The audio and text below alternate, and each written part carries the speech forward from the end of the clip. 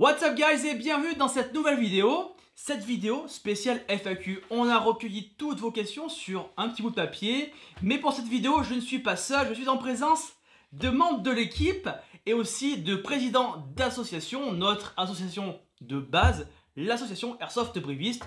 On y reviendra prochainement au cours de la vidéo. Donc cette FAQ, on va la faire autour d'un repas. Voilà, je trouve que c'était un bon moyen assez convivial de vous faire partager notre passion et de vous faire connaître un petit peu les membres de l'équipe. Donc on va commencer cette FAQ par la première question que je sélectionne. Alors la première question, elle vient de Mad Max, en fait il y en a plusieurs. À quelle fréquence arrivez-vous tous à jouer ensemble dans votre team?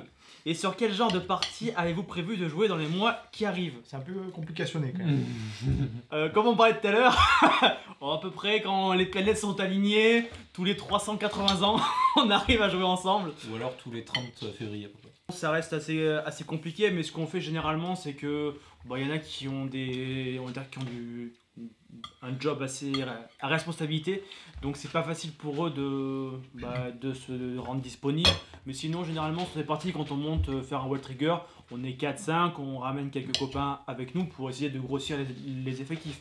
Mais ça reste assez rare et on essaye quand même de se caler une partie ensemble tous les 4-5 mois. Avant le Covid. Non, c'est compliqué. Pré-Covid. La deuxième question qu'il avait posée, c'est: êtes-vous content que l'ancien terrain de l'AST est réouvert? Donc pour ceux qui ne connaissent pas, c'est le terrain de Cottage, de Parentis, qui était géré par Bassin Airsoft et qui était aussi géré par Mojo. Donc pour ceux qui ne connaissent pas, c'est un terrain, c'est un ancien centre EDF, si je dis pas de bêtises, un ancien camp de vacances EDF. Ouais. Et je comprends pas ça. Les mecs ils ont pété les toits, les fenêtres et tout, donc t'avais du verre partout. C'est l'ennui ça. Et voilà. C'est terrible. Ouais, c'est des squatteurs qui ont saccagé tout ça. Je me rappelle d'une belle cascade. Parentis. La cascade où j'ai fait me péter la jambe. Ouais, ou la cascade où t'as pris le tronc d'arbre et t'as fini sur le tronc. Où j'ai glissé. Je vous mettrai le passage en extrait.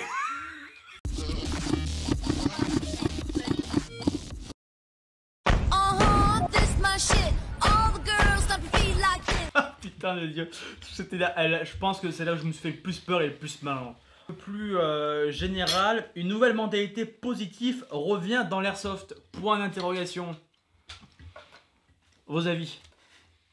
Bah, on a certains youtubeurs qui font ça bien, hein, qui promulguent une bonne image. Ce qu'on essaie de faire aussi, hein, tu me dirais. Après, ouais, il y a certains titres YouTube d'airsofters, elles restent abonnées, hein, mais c'est vraiment parce que je veux voir des nouveautés, du contenu. Mais ouais, des titres avec les mots-clés noob, destroy.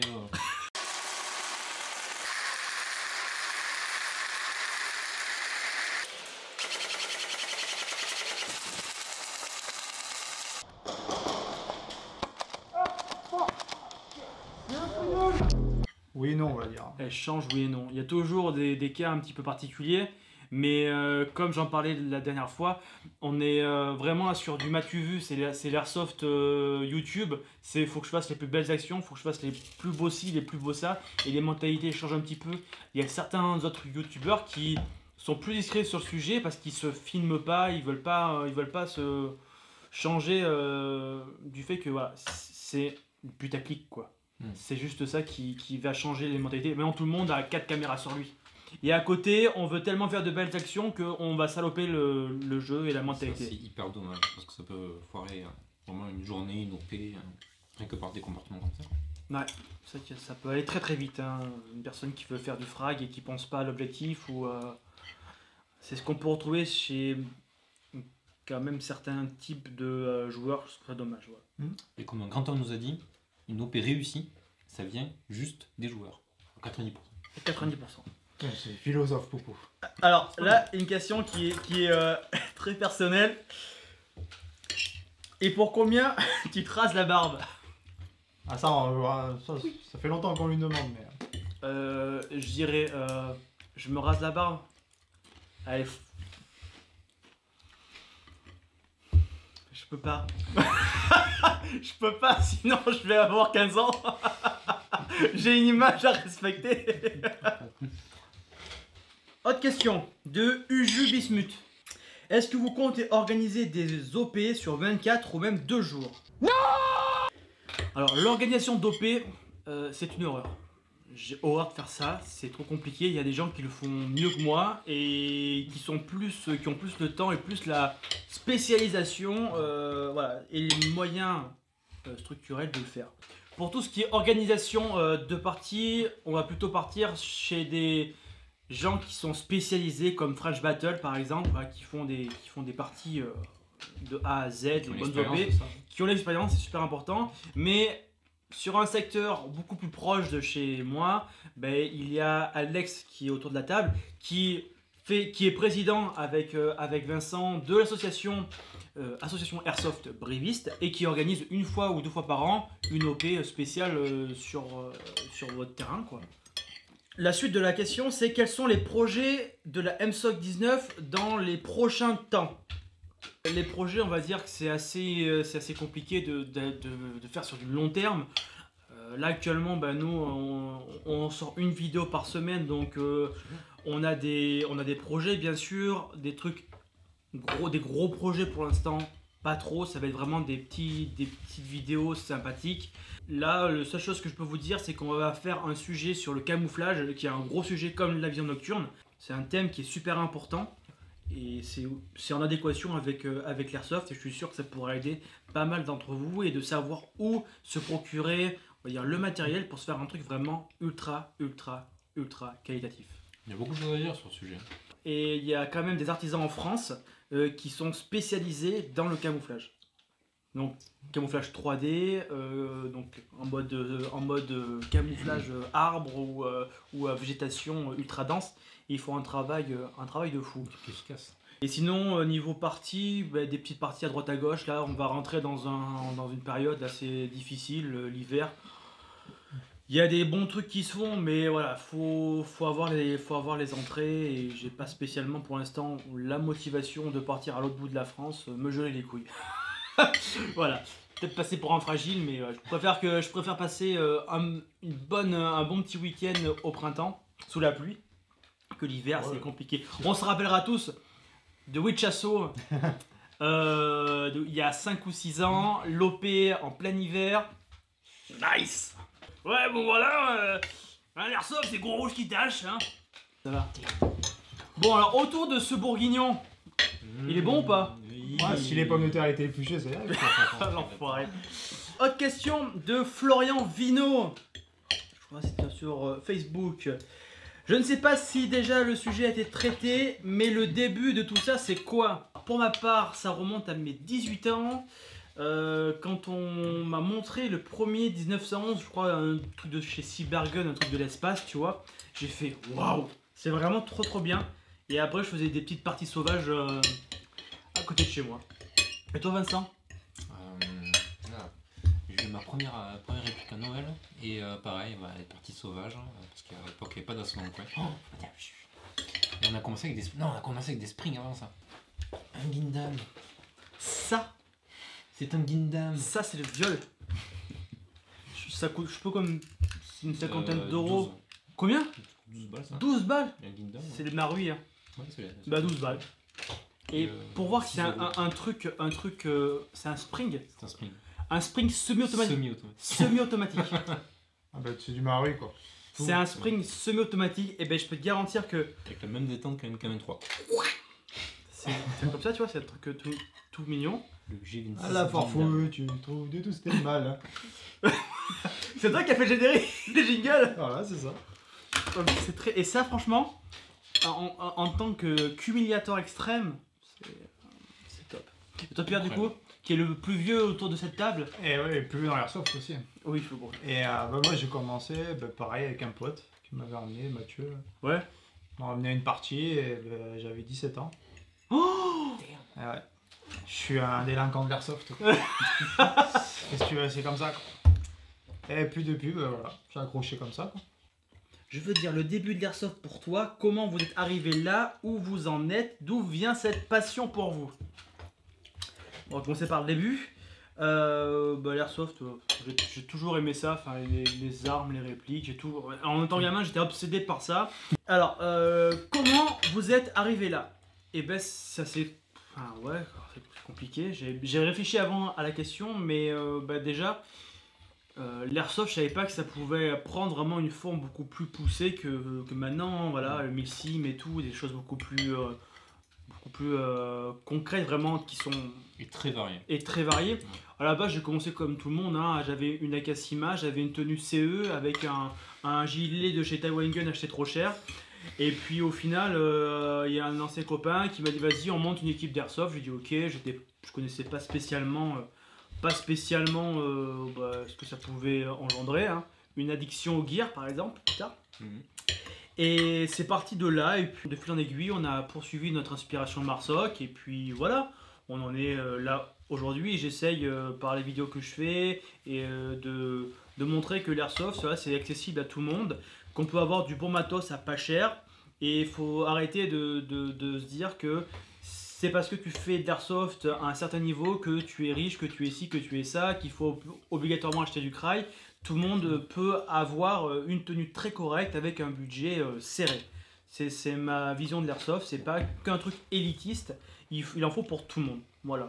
Il faut pas que l'argent soit tabou, parce que oui, il y a des tenues qui valent très cher, qui sont très belles, mais ça ne change rien que si un joueur il est mauvais, il restera mauvais. Voilà. C'est ça. On peut très bien s'amuser en suite et avec une petite réplique Sima ou d'autres répliques low cost. Hein. S'amuser avec ça et peut-être qu'il y a même des personnes qui sont très bien équipées avec des uniformes, etc. et qui n'arrivent plus à s'amuser à Airsoft. Alors, avec des causes différentes, hein, mais si on arrive quand même à garder cet esprit d'enfant et de jouer avec des gens qui aiment jouer à l'airsoft aussi et qui se prennent pas trop la tête, il y a moyen de pouvoir s'amuser et faire et puis varier les plaisirs.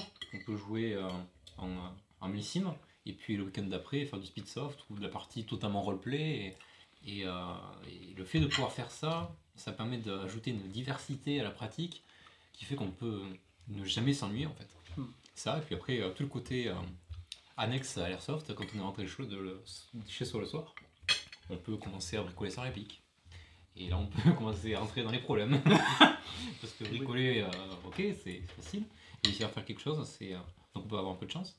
Mais ouais, ça par contre, entre l'addiction au gear ou l'addiction au bricolage, ça peut créer des passions. Parce qu'il y a quand même une course un peu, ce que j'appelle à l'armement, à l'équipement. Il y a quelques années de ça, je me suis fait voler ma réplique d'airsoft sur notre terrain. J'avais une bonne machine et c'était le temps où les HPA étaient tout nouveaux sur le marché. Et voilà, ça attire aussi les convoitises, donc il faut être bien prudent. Pensez si vous pouvez à assurer votre matériel. Il y a des assurances qui le font. C'est super important, voilà, parce que il y a des matos qui coûtent cher, les gens le savent. Il faut rester prudent et quand vous êtes en partie, comme je vois souvent, il y en a qui laissent leur réplique, tout leur matos en tas de merde. Pensez à bien protéger ce que vous avez. Fermer sa voiture ou des malles fermées éventuellement avec un cadenas. Rien qu'une malle fermée déjà, c'est pas mal. Et du coup, Pierre, maintenant à toi un petit peu ton évolution. Bah, mon évolution c'est simple, c'est pareil, à peu près pareil que tout le monde. J'ai commencé avec du Solognac, Decathlon, C'est ça. des bonnes chaussures Decathlon qui allaient bien. Hein. Pharmacie Bergen, Tenue CE, Pierre, j'ai une photo de toi. Ah oui, non, on va pas parler de ça. Mais c'était cohérent. C'était cohérent, donc c'était avec ton casque. T'avais quoi? Un casque Mitch, non, T'avais un Mich. un Mitch. Un Mich 2000. 2000, oui. Ouais, mais que t'as gardé de nombreuses années. Oui, je l'ai gardé juste à temps que la sangle casse. Il a fallu un peu de temps. Ouais, mais c'était bien. Non, mais toi, Pierre, t'as quand même eu une évolution de ta tenue, un peu de la mentalité, parce que pendant très longtemps, t'es resté basique, t'as pas trop investi de temps et d'argent et de matos, voilà. Non. Et au bout d'un moment, Déclic. il a eu le déclic, il s'est dit putain, j'ai envie de faire un peu comme tout le monde, d'avoir une belle tenue et voilà, je vais avoir un casque, ceci, cela. Et t'es arrivé quand même avec le temps à te constituer un petit capital gear. Oui, mais après, j'ai pas investi tout de suite parce que ça. Pour moi, l'airsoft c'était c'était dans les bois avec les copains, on passait un bon dimanche et puis voilà. Parce que ça restait sur le terrain de la AB. Puis après, quand j'ai commencé à suivre la MSOC, ben, c'est là que j'ai commencé un peu à réfléchir pour investir. Hein. Le pouvoir du gear. Oui. Puis après, ça fait toujours aussi plaisir au bout de quand on fait de l'airsoft depuis ça va faire bientôt 15 ans. ben, d'évoluer aussi, c'est normal. Hein. Donc, voilà. On parlera pas du budget Airsoft. Non. Non, faut pas. Je pense que c'est l'autre fois j'ai fait à peu près une grosse fourchette. Ah mais c'est terrifiant. Je crois je faisais autour de 50 000 €. Ah oui. Pas loin. Franchement avec toutes les merdes que j'ai achetées, Toi, oui. les 20 balles une poche, les 26, les 20 là, les 100 € par-ci, la réplique à 300 balles là. Ah bah oui. Il y a un tel niveau dans ce que tu proposes. As-tu un passé militaire ou autre chose derrière? Alors, comme je l'ai dit, j'ai testé l'armée, c'était pas pour moi. Voilà. J'ai toujours été passionné par le monde militaire, par l'équipement, par les armes, par les répliques. Naturellement, quand j'ai eu le premier 1911 entre les mains, j'ai eu une révélation. Je me dis, c'est super, je peux faire un truc qui me plaît tout en revenant le soir chez moi, tu vois, et en sécurité, et voilà, et pas entre quatre planches. C'est ce que je me suis dit au départ, puis au final, ben, je me suis découvert une certaine passion pour le matos, pour la collection, parce qu'il y a des pièces que tu peux trouver qui sont vachement dures, qui ont une histoire. Et c'est ça que je recherchais. Il y a des soldats qui ont vendu leur matos. Et ça m'est arrivé plusieurs fois de leur racheter et de trouver des pièces qui étaient vraiment collector. Voilà. Donc c'est une question de passion, d'histoire. C'est un mélange un peu de tout ce que j'aime. Voilà. Et puis à la suite de ça, mentalement tu évolues jusqu'à te dire ben, j'aimerais vraiment avoir une tenue la plus authentique possible. Et c'est là où tu tombes dans... d'être vraiment un Gyarados pur et dur. C'est-à-dire avoir un niveau de réalisme le plus maximal possible.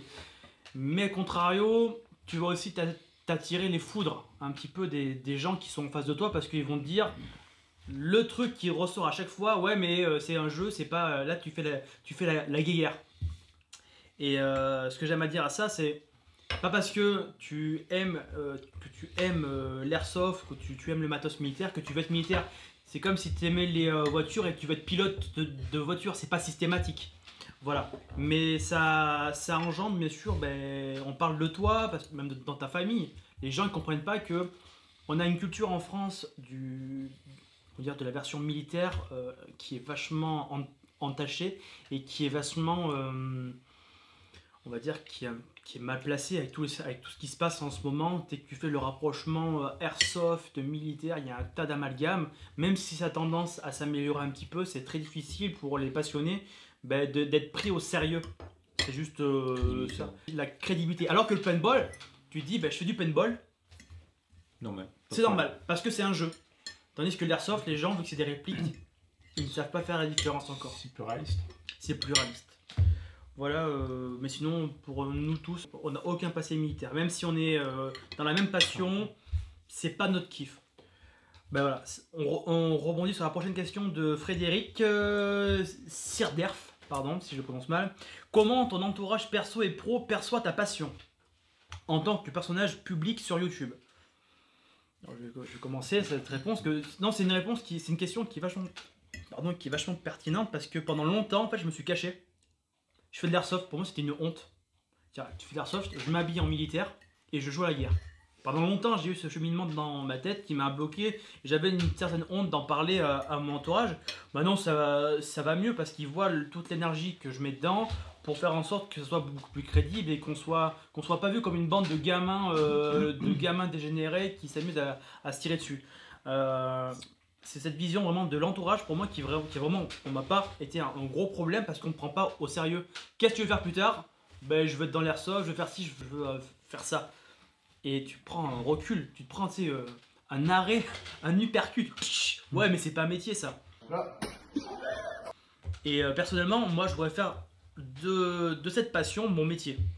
C'est très dur, mais c'est possible. Après, je sais pas ce que vous en pensez, vous, mais... Ouais.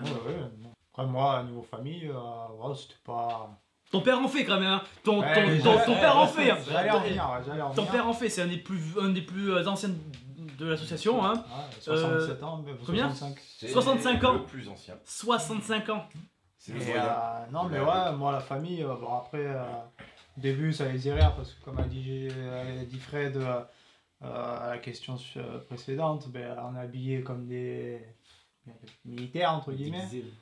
déguisé, ouais. Et puis, bah, moi, il me prenait pas pour un fou, mais bon. Après, il y a 15 ans, l'airsoft, c'était pas non plus comme aujourd'hui. C'était pas autant. Comment Démocratisé. dire, démocratisé, voilà. Mm. Donc, quand je disais à ma famille, je fais de l'airsoft, ils m'ont regardé avec des grands yeux ouverts. Et ils disaient, qu'est-ce que c'est ça? Et je leur expliquais. Alors, le mieux pour moi, c'était de lui dire, bah, c'est comme le paintball. Ah oui, c'était physique. Et là, ils comprenaient. Mais, puis après, bah, du coup, ouais, j'ai amené mon père à une partie. Et maintenant, ça fait plus de 10 ans qu'il en fait. Et il est même plus gros joueur que moi parce qu'il fait plus de parties à la Il est baie plus que- régulier. Hein. À chaque Putain, partie, moi, Il est plus régulier. Ah ouais. Carrément. Puis ouais, ça lui plaît, ça lui rappelle sa jeunesse, tu vois. Aussi, c'est une nostalgie. Ouais, c'est ça, tout à fait. C'est une nostalgie, il y en a pas mal d'anciens qui retrouvent une partie nostalgique dans l'airsoft. Parce que bah, quand t'atteins les 60 ans, bon, bah, c'est pas facile Ouais. de partir voilà, sur un théâtre d'opération. Donc c'est un bon moyen aussi Ah, bah, tout à fait. de revenir aux sources. Ouais. Ouais, et puis il passe un bon dimanche, il voit, les copains. il voit les copains, il y a C'est ça, l'ambiance, et puis voilà. En vrai, ça me plaît tellement l'airsoft que je pense que ça se voit que j'en ai besoin et que ça fait partie de ma vie, quoi. Je pense que quand tu fais 8 heures de route pour une dominicale, Vincent, Ça te plaît. quand tu fais 8 heures de route pour une putain de dominicale, je pense que Il y a un tu n'as plus rien à prouver aux autres hein, il y a par un ta certain passion. engagement, ouais. Un certain Ouais, engagement. carrément. Non, mais voilà, c'est le fait que ça me plaît tellement que du coup, bah, ça se voit. Hein. Quand on nous avait annoncé qu'on pouvait pas jouer pendant un certain temps, ça a mis un sacré coup dur, quoi. Il se tirait dessus lui-même. Mais- dans un miroir. Il se faisait un scénario. Putain, voilà. Mais ouais, non, je pense que ouais, ça se voit tellement que ça me plaît qu'au final, bah, la famille elle comprend en fait que t'en as besoin et que c'est ton kiff. Et c'est reste une passion, quoi. Et la passion, dans cette famille, ça se respecte. Et, Bah, bien et sûr. en vrai, c'est rien que ça passe. Et après, dans le monde professionnel, je pense que de plus en plus, les gens comprennent et entendent de quoi tu veux parler parce que ça devient de plus en plus connu. De plus en plus connu, et puis quand tu vois que t'es passionné, il y a quelque chose que tu renvoies aux autres. Tu vois, quand t'es pas passionné, tu vas parler d'un truc, t'es pas très emballé quoi. La passion. La passion. Tu vois, quand tu es passionné parce que tu fais, parce que tu as envie de faire, les gens ils disent ah ouais, c'est quand même sérieux, tu vois. Comme quand je parle de ma passion, je peux parler pendant des heures. C'est comme de tout. Mais c'est d'un point de vue professionnel, les gens sont beaucoup plus ouverts. Tu aurais dit ça il y a 15 ans, je tire La avec. vision de l'airsoft a changé. On se rapproche plus pour le grand public d'une vision paintball. C'est du loisir, c'est de l'amusement. Alors qu'avant, c'était vraiment du marginal. C'était vraiment des gars qui étaient dans un coin entre eux.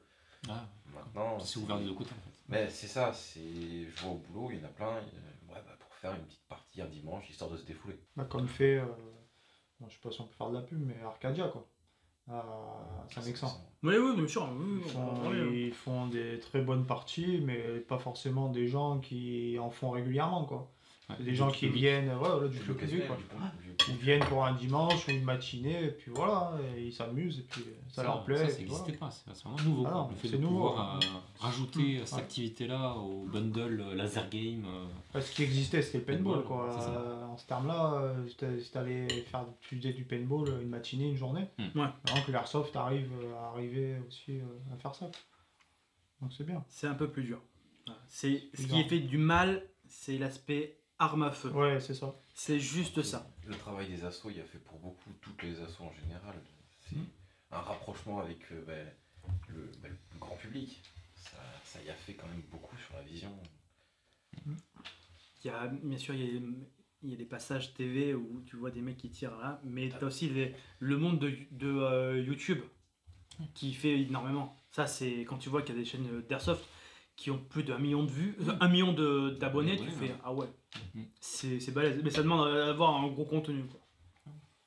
Non, mais c'est bien, ça fait connaître en plus. Ça fait connaître et ça démocratise, c'est super important. Mais avant, regarde, un truc tout bête. Avant, pour trouver une boutique d'airsoft, tu galérais, hein. Ah putain, fallait chercher un moment. Tu galérais, t'avais pas souvent du matos de bonne qualité.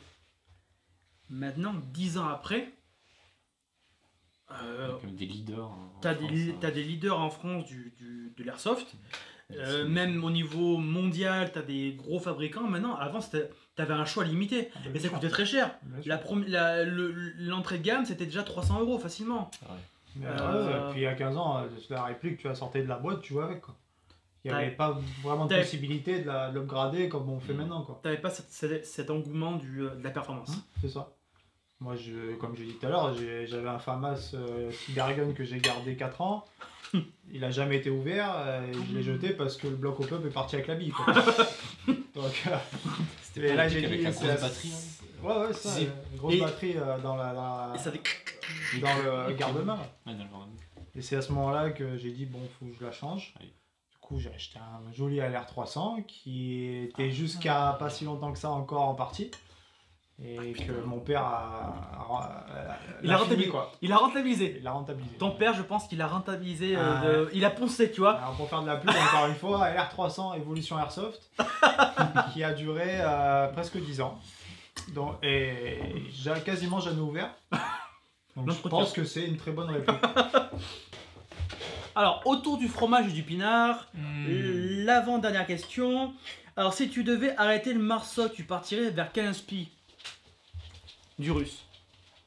Sur une vieille tenue russe avec les casques lourds, je ne sais jamais le nom qu'ils ont, les gros casques avec les visières là. Je trouve ça c'est magnifique parce qu'ils ont un style bourrin, à moitié clodo, et je trouve ça assez sympathique. On voit des voitures par le pare-brise.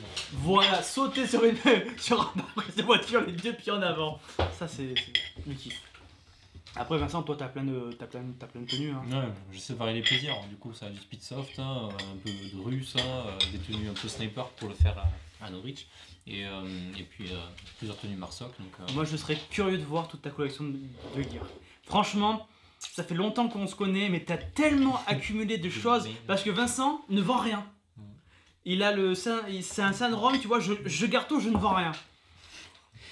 Et tu dois avoir mais alors des tonnes et des tonnes et des tonnes de répliques. Ouais. Je serais curieux. À monter, sinon. C'est tout démonté, j'ai un gros potentiel. Gros potentiel, mais démonté.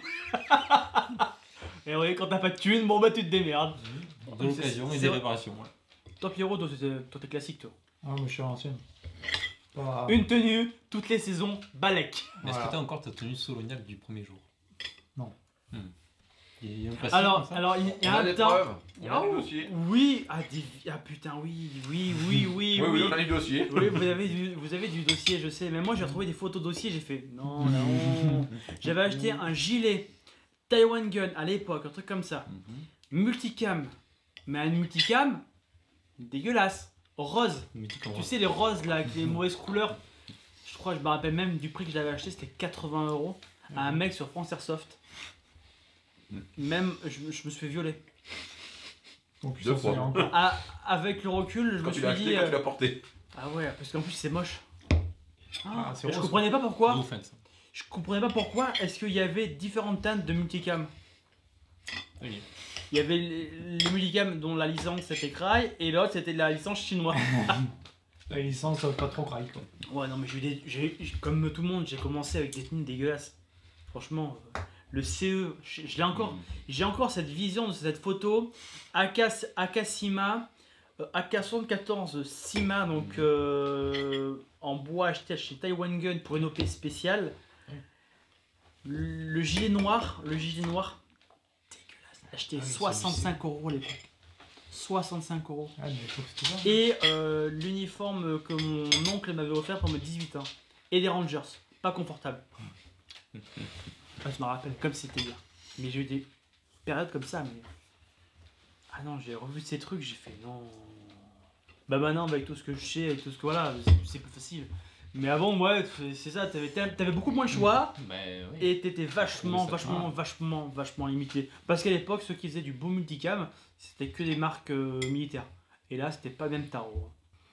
Alors, dernière question pour ce repas. Quelle est ta vision de l'évolution de l'airsoft en France? Alors là, il y en a à dire. Bon, avec le Covid, déjà, ça fait 1 an et demi qu'on vivote, même si je vois passer quelques OP qui ont l'air intéressantes. Faut reprendre un petit peu le mouvement et c'est pas facile. Cette pause a été un petit peu longue. Après, la seule chose que je reproche au airsoft game français, c'est le nombre de dramas qu'il y a. Il y en a tous les jours. C'est ça que... Enfin, moi qui suis beaucoup sur les réseaux, il y a toujours un clash entre un ci, un ça, celui qui pète plus haut, celui qui pisse plus loin. Ça c'est un petit peu chiant et ça casse un petit peu l'esprit. Mais c'est ça dans tous les sports entre guillemets. Voilà. On va cacher l'équipe adverse. Mais là, au bout d'un moment, ça saoule un petit peu parce que ça tourne toujours autour des mêmes thèmes. Donc, Oui. voilà. Et en termes aussi d'évolution de jeu, j'aime bien dire ça, mais c'est la même chose que quand je suis arrivé dans l'airsoft. Avant, il y avait les anciens airsofters qui étaient vraiment purs et durs. C'était les premiers en France entre guillemets. Donc ils avaient une mentalité très cartésienne sur le sujet. C'était comme ça, pas autrement. Et quand les nouveaux sont arrivés avec le matos chinois et compagnie, il y a eu beaucoup plus de monde sur le thème de l'airsoft et les mentalités ont commencé à changer. Et là, on est dans la même mouvance, c'est-à-dire qu'il y a beaucoup de gens qui achètent des répliques, mais qui sont là juste pour consommer. Et pas pour vivre en fait le moment. Ils consomment, ils veulent tirer leur paquet de 5000 billes et puis point barre. Il n'y a pas d'empathie pour l'adversaire ou autre. C'est je bourrine, je fais mal, c'est pas grave. Et avec les différents on va dire, types de jeux, Speedsoft, Milsim, Lambda, Location qui sont sur le même terrain, il peut y avoir des clashs. Jordan a eu le cas avec Quentin la semaine dernière. Quand tu mélanges joueur lambda et Speedsoft, c'est violent. C'est pas bon. Ils tirent, après tout le monde n'est pas comme ça, mais ils tirent et après ils réfléchissent. Quand tu te fais TK 15 fois dans la même journée, t'en as un peu marre quoi. Donc c'est ça, il y a un mélange de tout ça qui fait que là on est un peu dans une cocotte minute et quand ça va péter, il va vraiment y avoir vraiment de la discrimination entre les speedsofters et les milsimers. Et donc du coup, comme il s'est passé il y a 10 ans, chacun va jouer dans son coin, il n'y aura pas de mélange. Après je trouve ça dommage, mais il faut que les gens arrivent à faire la part des choses. Moi je suis moins dans l'association de Brive, mais quand vous avez affaire des nouveaux joueurs, les assos ont une certaine responsabilité à avoir pour encadrer et donner notre dynamique aux nouveaux joueurs quoi. Après c'est vraiment... Enfin, je parle pour nous en tout cas. Beaucoup sont dans le... Ils viennent tester, faire comme les jeux vidéo, mais en vrai quoi. Vraiment, ils en ont entendu parler, ils viennent essayer pour voir ce que ça donne. Beaucoup restent pour l'ambiance, plus que pour le type de jeu. Après, c'est sûr, quand ils voient certains gars qui sont en tenue plus vrai que les vrais, ça les fait rêver un peu. Il y en a d'autres que... ils viennent juste pour tirer la bille, pour se défouler. Après... T'as toujours des gars qui viennent parce que ils se sont fait dégager de tous les terrains parce que ils ont une mentalité de merde. Ça, et puis ils se font dégager de celui-là parce que leur mentalité, ils comprennent vite que ça convient pas. Mais globalement, l'airsoft se passe plutôt bien, même avec la cohabitation entre les différents styles. Il faut qu'il y ait quand même une présence forte qui dise ça se passe comme ça et ça se passe pas autrement. Ouais. Parce que sur d'autres terrains, c'est comme disait Ding Chavez, t'as 200 personnes sur un terrain, il n'y a aucune cohésion, chacun est dans son coin, chacun fait son truc, et après t'as des altercations assez violentes entre joueurs qui ont un style de jeu particulier avec d'autres un peu trop agressifs. Après voilà, c'est un style de jeu, mais c'est un sport violent. Tu veux dire Pierre? C'est un sport quand même. L'airsoft, c'est un sport violent. Je suis désolé. C'est un sport violent. Ça dépend du type de partie. Si entre une partie à 30-40 joueurs où c'est beaucoup plus loisir, familial, où là même s'il y a des joueurs qui sont un peu agressifs, l'ambiance fait qu'ils se calment naturellement. Et ce qui est très beau à voir, c'est qu'on arrive des fois à l'association à avoir des gens arriver parce qu'ils vont faire en vrai ce qu'ils font sur du Call of. Et au final, au fur et à mesure de faire des parties avec nous et puis avec les autres personnes de l'asso, on finit par créer des liens d'amitié où du coup on s'amuse ensemble. Et on a vraiment. Ce gars-là perd forcément ce pourquoi il est venu à la base, c'est faire du tir sur la cible. Faire du kill. C'est s'amuser entre copains et pas du tir sur la cible. Ils viennent pour refaire un ratio, ils restent pour l'ambiance. Ils évoluent on a réussi ça, on a tout gagné. Oui, de toute façon, c'est comme une équipe sportive. Hein. Souvent, les gars ils se connaissent depuis toujours et puis ils sont toujours copains. Après, la différence avec un grand terrain avec 200 ou 300 joueurs tout le week-end, il y a un roulement qui est énorme. Ouais. Ce qui fait que les joueurs ils viennent clairement une partie vient clairement pour faire du kill. Pas forcément pour l'ambiance, pour le style de jeu, pour les objectifs, pour une démonstration de pouvoir. Voilà, ils viennent pour se la péter, pour faire les youtubeuses beauté. Comme dit Chef Pampan, il dit je vais faire un condensé de ce qu'il dit, mais lui il filme pas. Pourquoi? Parce que l'optique de filmer ses parties, c'est toujours en faire plus, quitte à comment dire, si t'as une mauvaise mentalité, c'est faire les choses un peu, comment dire, de façon un petit peu Snake et s'orienter sur des terrains un petit peu glissants. Mais après ça dépend des gens, tu vois. Quand tu vois certaines actions de joueurs, le mec, on sait très bien qu'il a pris sa bille, mais il faut qu'il termine l'action pour ensuite pouvoir l'exploiter sur YouTube.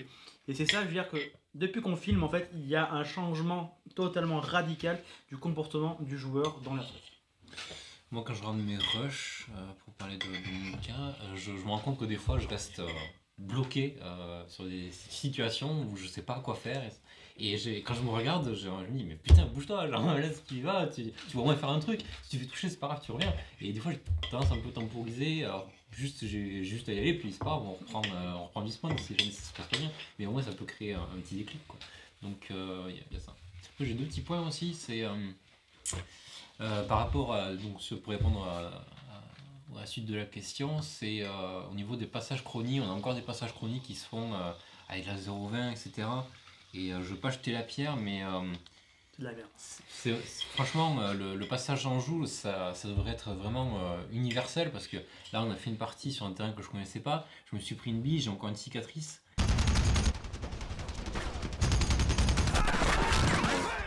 Et je m'en suis pris dans l'assaut qu'on gère. Et on limite à un joule, et en principe, l'impact il est pas à plus d'un joule, quoi.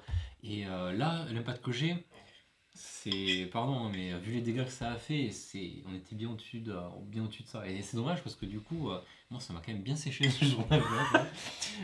Sentir le goût du sang en moins de 10 secondes après. Et tu l'as encore en face là? Ouais. Ouais. Et puis surtout que ça te marque pendant des mois, quoi.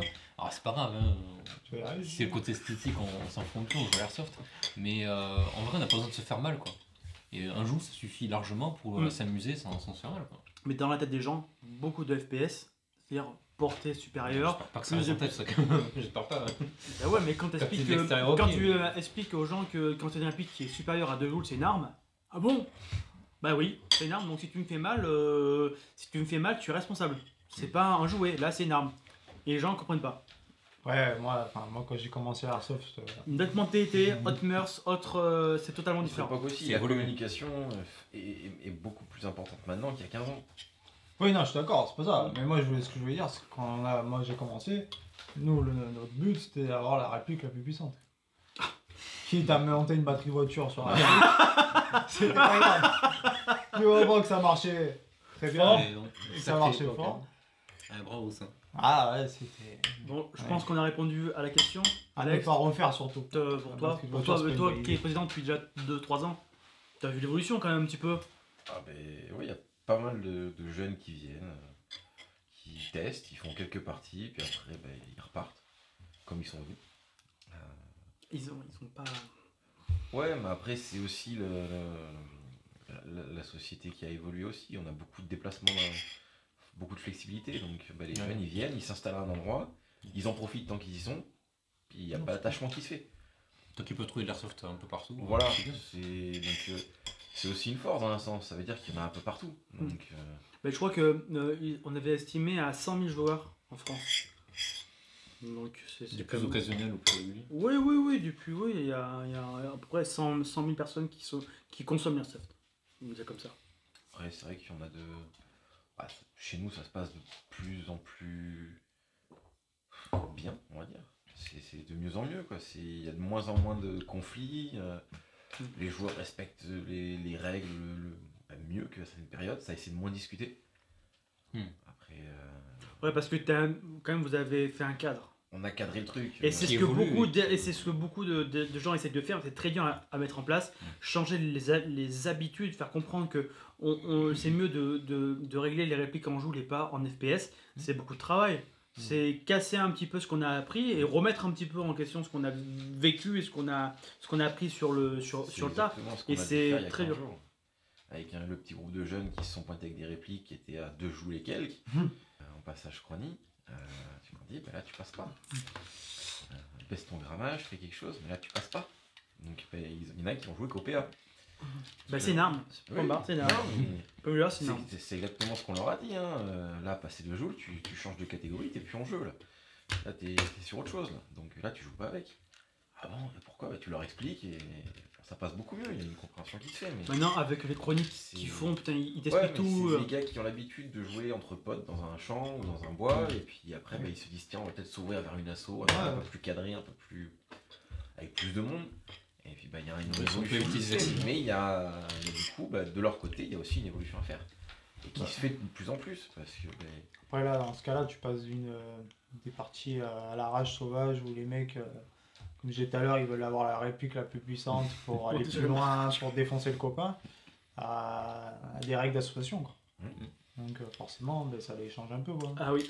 Non, mais tant mieux, ça peut éviter les accidents. Ah bien sûr, je suis tout à fait d'accord. Je pense que c'est bien.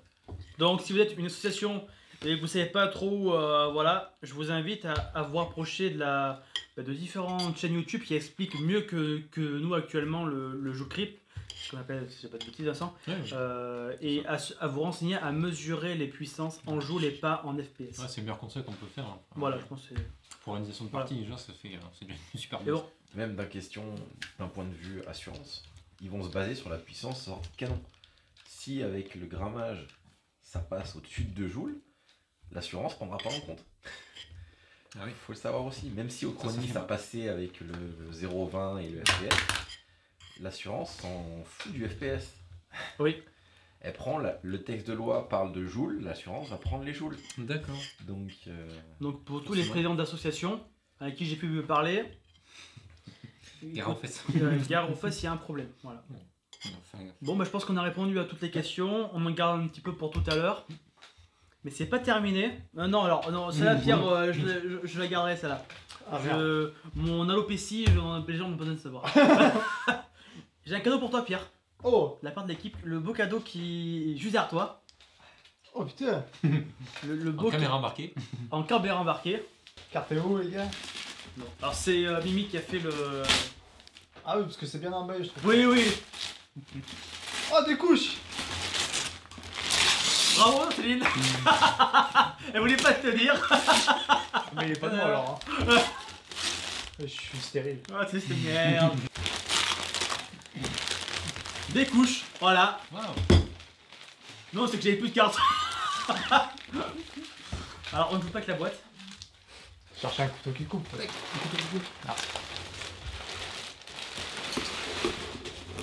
Attention, c'est fragile. Il a planté. Je vais me le déchirer. Mais non.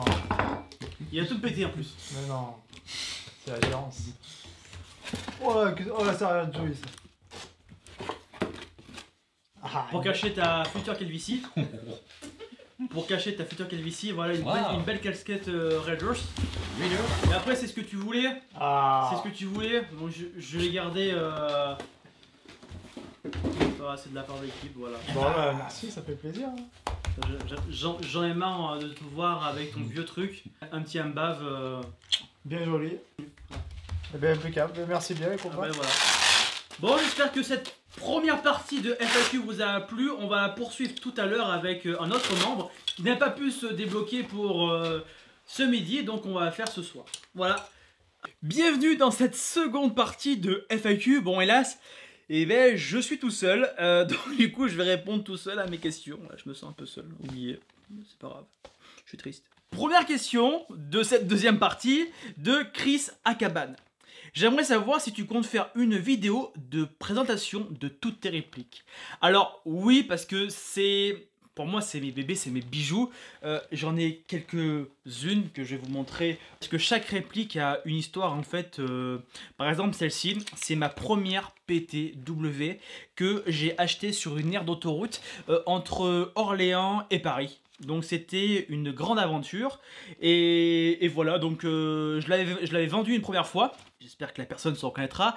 Et je lui ai racheté 1 an après parce qu'elle me manquait trop. Donc voilà, c'est une PTW, voilà, avec quelques accessoires, on va dire, light. Ça marche du feu de Dieu, voilà, c'est ma réplique cœur en fait. Vous la vendez jamais parce que c'est votre bijou quoi, voilà quoi, c'est votre... Voilà, vous m'avez compris. Pour répondre à la question, ouais, j'en ferai une. J'attends simplement d'avoir les dernières répliques qui me manquent. Il me manque 3.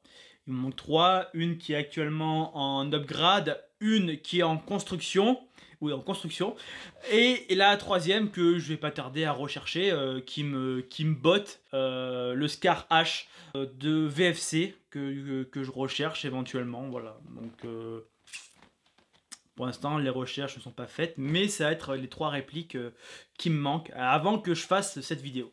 Question de Pierre Ferré. Salut, j'aimerais savoir si ça vous intéressait de faire un comparatif entre le matériel et les uniformes de l'USMC, période Seconde Guerre mondiale et actuelle.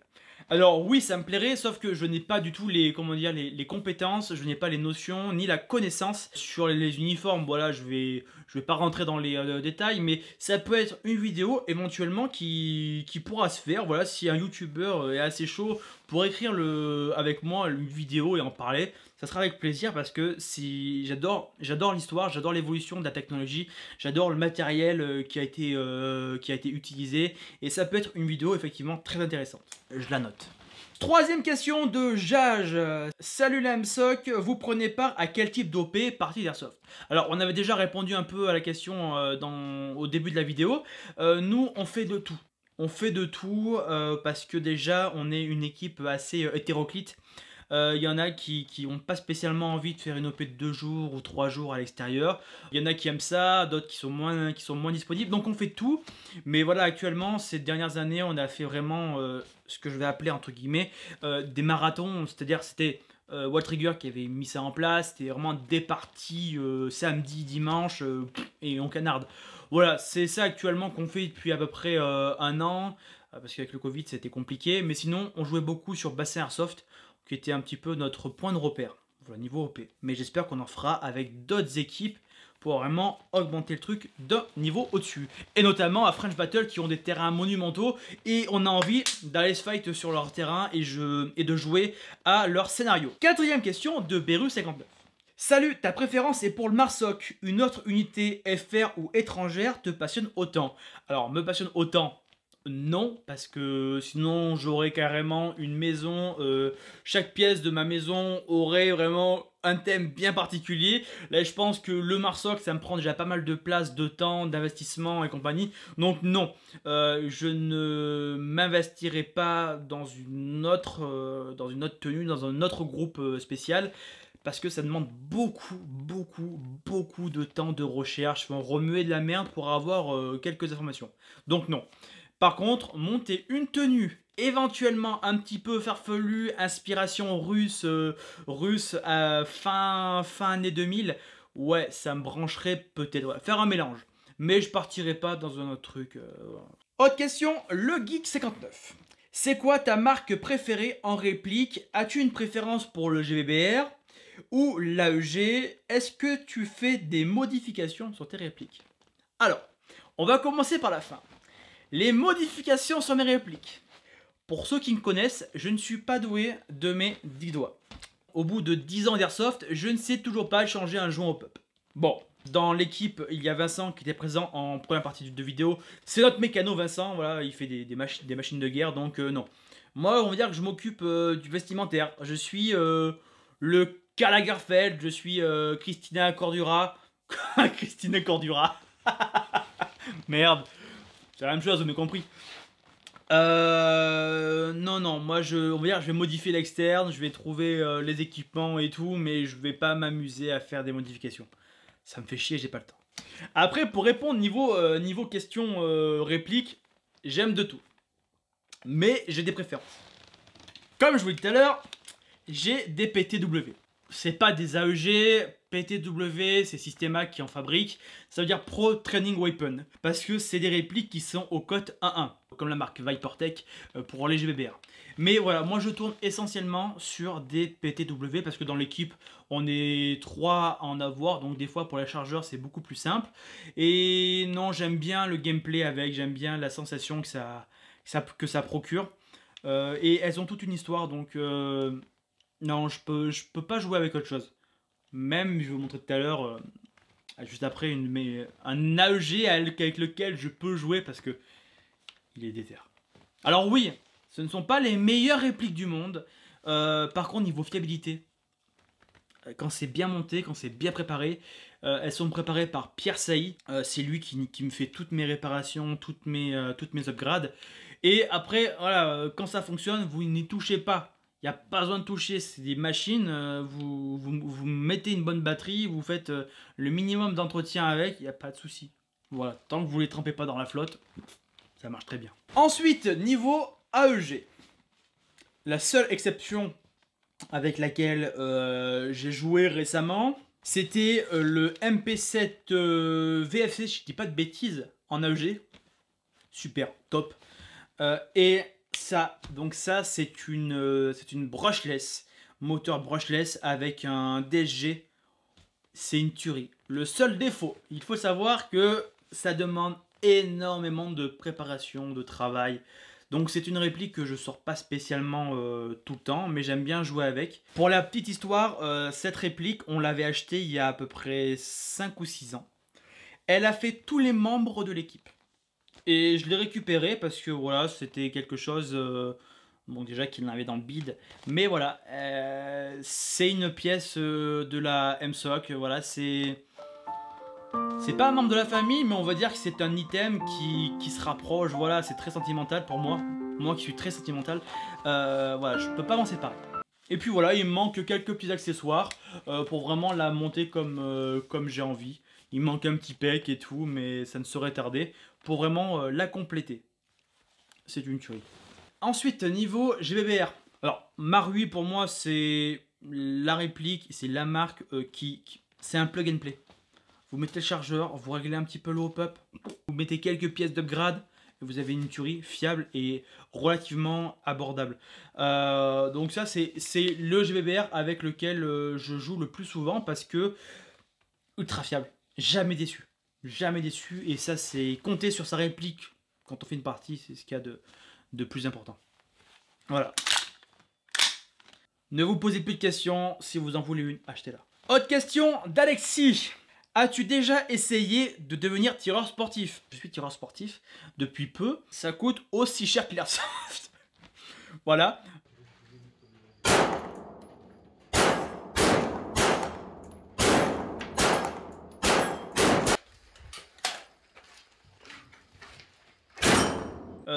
Mais je suis plus passionné par l'airsoft que par le tir. J'aime les belles mécaniques, j'aime les beaux tirs, j'aime le beau matériel, mais l'airsoft m'attire plus parce que je peux m'épanouir d'une certaine autre manière.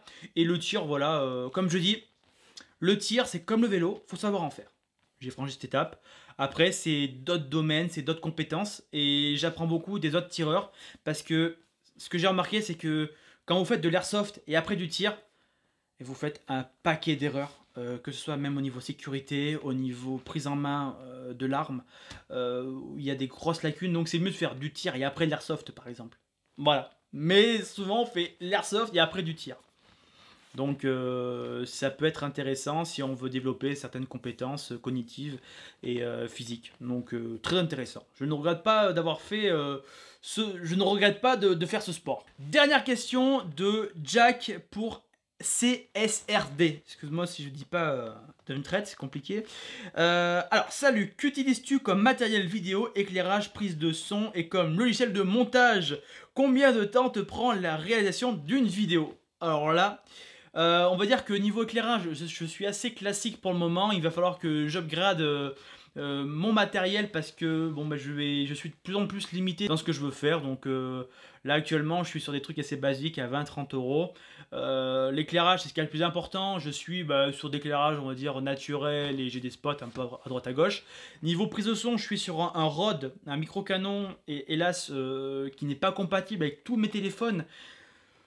Donc je suis très limité niveau prise de son. Téléphone, je suis sur un Galaxy Note 20 Ultra parce qu'ils font des super photos et vidéos. Et niveau montage, je suis sur Adobe Premiere depuis peu. Alors tout compris avec le tournage, le montage, réalisation, on est bien sur du 30 heures. Franchement, sur des grosses vidéos, c'est minimum 30 heures avec la recherche derrière. La vidéo pour les visions nocturnes, c'était 15 jours de boulot. 15 jours de boulot, des fois à refaire les prises, à corriger ce que je disais. Donc c'était très dur. Mais voilà, c'est un boulot monstrueux. Sachant que je sors une vidéo par semaine, voilà, je vous laisse calculer, ça me laisse peu de temps en fait pour faire autre chose. Je fais que ça. Je me plains pas, hein. C'est ce que je veux, c'est ce que j'aime, donc je le fais. Voilà, on arrive au terme de cette vidéo. N'hésitez pas à poster un commentaire, à bien sûr à partager la vidéo. Et surtout en espérant que ce type de format vous plaît. N'hésitez pas à poser vos questions si vous en avez, j'y répondrai avec un grand plaisir. Et nouveau truc! On a ouvert un Discord récemment, le lien est en description de vidéo. Allez, salut et à très bientôt, à mardi prochain pour une nouvelle vidéo.